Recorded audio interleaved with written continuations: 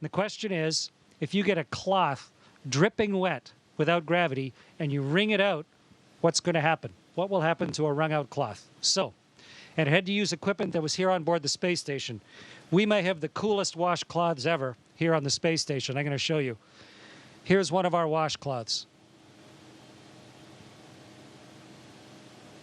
And it's compacted. It's put down into this little tiny hockey puck so that it saves space. But when you open up a hockey puck and you pull out your washcloth, this is the one I'm going to use for the experiment today.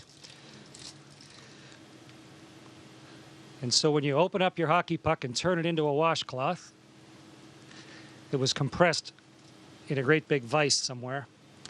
Okay, so here's my washcloth, like a magic trick.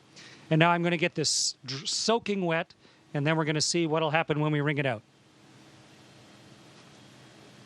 Meredith and Kendra suggested that I dip this in a bag, but bags don't hold water in space, so instead I filled a water bag. This has drinking water in it. And I'm going to squirt a bunch of water into this washcloth.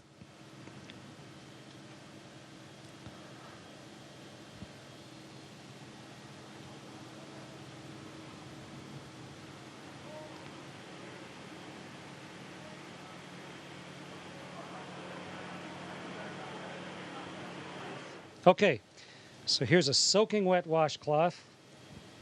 Get the microphone so you can hear me while I'm talking. And now let's start wringing it out.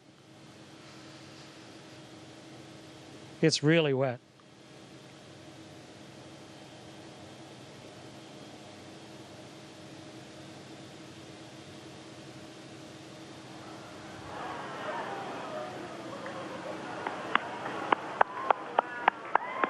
It's becoming a tube of water.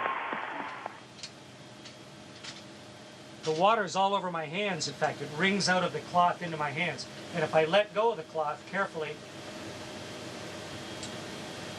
the water sort of has it stick to my hand.